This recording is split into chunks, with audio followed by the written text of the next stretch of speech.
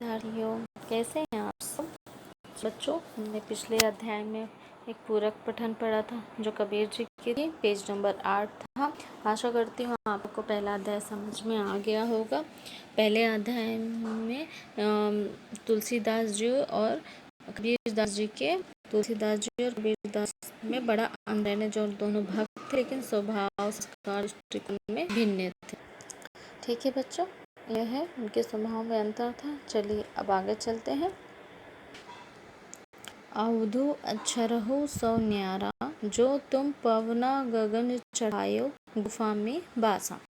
गगना पवना दोनों बिनसे, कह गया जोग तुम्हारा। गगना मध्य ज्योति झलके, पानी मध्य तारा। घटके नीर बिनसिते तारा, निकरी गई के ही द्वारा। ठीक है बच्चों, चलिए उनका भावार्थ जान लेते हैं। कबीर जी ने ईश्वर यानी साधु सज्जन को सर्वश्रेष्ठ एवं अनोखा माना है। उसके दूजा कोई नहीं, परंतु यह सच जानते हुए भी अपने आप में सर्वश्रेष्ठ मानने वाले ढोंगी और साधुओं को क्या किया है, उन्होंने फटकारा है। कबीर जी ढोंगी साधुओं को फटकारते हुए कहते हैं कि तुम किसी गुफा में बैठकर हवा और आसमान को वश में करने की ताकत रखने की बात करते हो, परंतु यही हवा और आसमान अपना गुस्सा दिखाते हैं। जो हवा पानी है उसे अपने काबू में करने की बात करते हो, लेकिन जब ये गरजते हैं, बरसते हैं, चलते हैं, तब तुम कहाँ जाते हो। मतलब उनका कहना है, फिर उनके आसमान अपना जब गुस्सा दिखाते तो तुम कहाँ जाते हो। तो उस समय तुम्हारा साधुत्व और योगित्व कहाँ जाता है। ईश्वर ही श्रेष्ठ होते हैं, यह बात जान ले। आसमान में चमकने वाली बिजली और पानी में उठने वाली तरंगे क्षणिक होती है, वैसा ही जीवन भी क्या है, क्षणिक है। बच्चों आपको यहाँ तक समझा। देखिए इस लाइन की 3 लाइन नहीं, आप अपने बुक में लिख लीजिए। ठीक है बच्चों। इसके आगे देखिए, जिस तरह से आसमान से पानी का गिरना और तारों का टूटना क्षणिक है, उसी तरह जीवन का तारा किस द्वार से टूटकर गिर जाएगा, इसका कोई भरोसा नहीं है। मतलब वो कहते हैं कि जो तारा टूटता है उसका क्या भरोसा है कि वो कब गिरेगा, नहीं ना।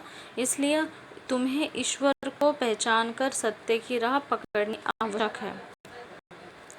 यही बात उन्होंने इस दोहे के माध्यम से समझाने की कोशिश की है। क्या की बच्चों, समझाने की कोशिश की है। ठीक है बच्चों, स्क्रीन पर भावार्थ लिखा हुआ है, प्लीज़ बच्चों आप लोग लिख लीजिएगा। ठीक है, चलिए अब इसके आगे की ओर चलते हैं।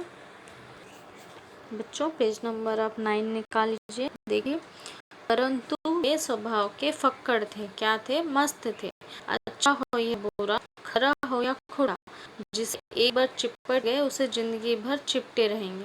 यानी कि जिसे वो अपना दोस्त या फिर कुछ बनाते हैं, क्या करते हैं, जिंदगी चाहे वो कैसा भी हो, अच्छा हो बुरा हो, तो उसे जिंदगी भर क्या होंगे, चिपटे रहेंगे, मतलब उनके साथ रहेंगे। यह सिद्धांत उन्हें मान्य नहीं था। वे सत्य के जिज्ञासु थे और कोई मोह ममता उन्हें अपने मार्ग से विचलित नहीं कर सकती थी। ये क्या थे, सत्य के जिज्ञासु थे, हमेशा सत्य बोलने, सत्य की राह में चलने वाले थे। इन्हें कोई मोह ममता उन्हें अपने मार्ग में मतलब विचलित नहीं कर सकती थी। मतलब विचलित का मतलब होता है कि इधर भटकने की कोशिश नहीं कर सकती। वे अपना घर जलाकर हाथ में मुरादा लेकर निकल पड़े थे और उसी के साथी बनने को तैयार थे जो उनके हाथों अपना भी घर जलवा सके। हम देखिए कबीर जी क्या कहते हैं कि वो सत्य की राह में चलते हैं, जिससे उसे उनकी मोह माया को सब त्याग दिए और उन्हें कोई विचलित नहीं कर सकता। अपना घर जला मतलब कि सत्य की राह में ईश्वर को पाने के लिए अपने घर से नकारात्मक विकारों को दूर करने के लिए क्या किया, उन्होंने अपना घर जला दिया। उसी तरह अगर उनके साथी के साथ भी ऐसा होता है तो वो भी उनका घर जलवा सकते हैं। ठीक है बच्चों, चलिए अब जो 2 दोहे दिए हैं हम उसकी ओर चलते हैं बच्चों। ठीक है, हम घर जारा अपना लिया मुरादा हाथ, अब घर जारो तासू का जो चले हमारे साथ। मुराडा का मतलब होता है मशाल, जो उस जमाने में ली जाती थी, लकड़ी का होता था, उसमें जलाया जाता था। ठीक है बच्चों, इसका भावार्थ चलिए देख लो। कबीर जी कहते हैं, मैंने अपने हाथ में मशाल यानी मुराडा ली है और मेरे घर को जलाया है, अर्थात घर के अंदर के विकारों को जलाया है, जैसे मोह माया उनको जलाया, और जो मेरे साथ भक्ति मार्ग के राह में जाएंगे उनके घर के भी मैं विकार जलाऊंगा, यानी उनके घर के भी जो मोह माया है वो भी क्या करूँगा, मैं जला दूंगा, अगर वो मेरे ईश्वर को पाने के लिए मेरे साथ चलते हैं तो। अर्थात ईश्वर को प्राप्त करने के लिए संसार रूपी मोह माया त्याग देनी होगी। क्या देनी होगी? त्याग देनी होगी। ठीक है बच्चों, चलिए। वे सिर पैर तक मस्त मौला थे। वे सिर से पैर तक मस्त मौला थे।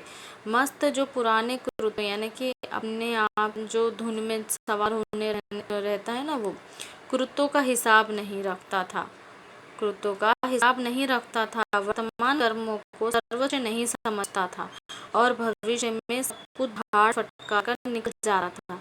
जो दुनियादार किए कराए का लेखा जोखा दुरुस्त रखता वह मत नहीं हो सकता। जो अतीत का चिट्ठा खोले रहता वह भविष्य के क्रांतदर्शी नहीं बन सकता। जो मतवाला है वह दुनिया को माप जोखे से अपनी सफलता का हिसाब नहीं रखता। कबीर जैसे फक्कड़ को दुनिया की होशियारी से वास्ता क्या। वे प्रेम के मतवाले थे मगर अपने को उन दीवानों में नहीं गिनते थे। वे माशूक के लिए सिर पर कफन बांधते फिरते, मतलब वो माशूक तो नहीं थे, यानी प्रेमी है, उसके लिए कफन यानी सफ़ेद कपड़ा अपने सर पे जो बांधे घूमते थे। अतीत यानी भूतकाल। ठीक है बच्चों, चलिए 4 अध्याय भी कंप्लीट कर लेते हैं। हमन है इश्क मसाना, हमन को होशियारी क्या, रहे आजाद या जग से, हमन दुनिया से यारी क्या। जो बिछड़ो है प्यारे से, भटकते दर बदर फिरते, हमारा यार है हम में, हमन को इत जारी क्या। ठीक है बच्चे, चलो इसका भावार्थ देख लेते हैं।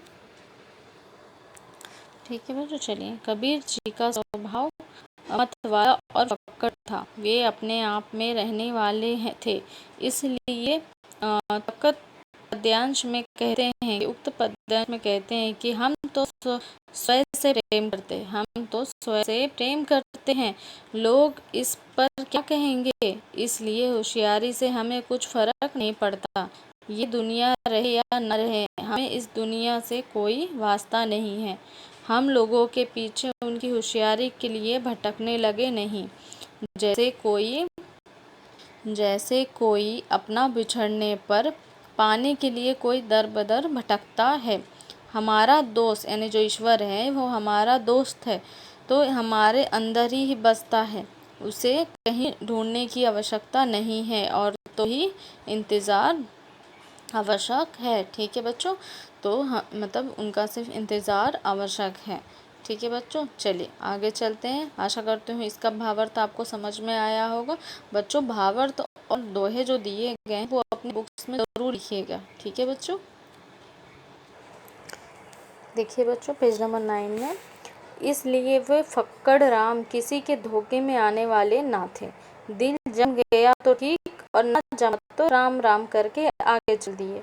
योग प्रक्रिया को उन्होंने डटकर अनुभव किया और जची नहीं, मतलब योग प्रक्रिया का मतलब होता है ये एक तरह का आध्यात्मिक प्रक्रिया है जो योगा के जरिए किया जाता है, मतलब अपने शरीर के द्वारा किया जाता है। उन्होंने वो भी किया लेकिन उसका भी कोई मतलब ये नहीं रहा। ठीक है बच्चों, फक्कड़ इंसान थे। ठीक है, योग एक आध्यात्मिक प्रक्रिया है, नीचे लाइन लिखा हुआ है, आप देख लीजिएगा। ठीक है, चलिए आगे देख लेते हैं। उन्हें यह परवाह न थी कि लोग उनकी असफलता पर क्या टिप्पणी करेंगे। उन्होंने बिना लाग लपेट के, बिना झिझक और संकोच के ऐलान किया। बिना लॉन्ग लपेट के, बिना झिझक और संकोच के ऐलान किया। आसमान का आसरा छोड़ प्यारे, आसमान का आसरा छोड़ प्यारे, उल्टी देख घट मंजी, तुम आप में आप तहकीक करो, तुम छोड़ो मन की कल्पना जी। ठीक है बच्चों, 4 लाइन का है। अब इसका भावार्थ हम अगली क्लास में देखेंगे, इसका जो भी अर्थ है हम अगली क्लास में देखेंगे। आशा करती हूँ आप लोगों को समझा होगा। बच्चों घर में पढ़ते रहिए और घर में स्वस्थ रहिए। ठीक है बच्चों, चलिए मिलते हैं अगली क्लास में।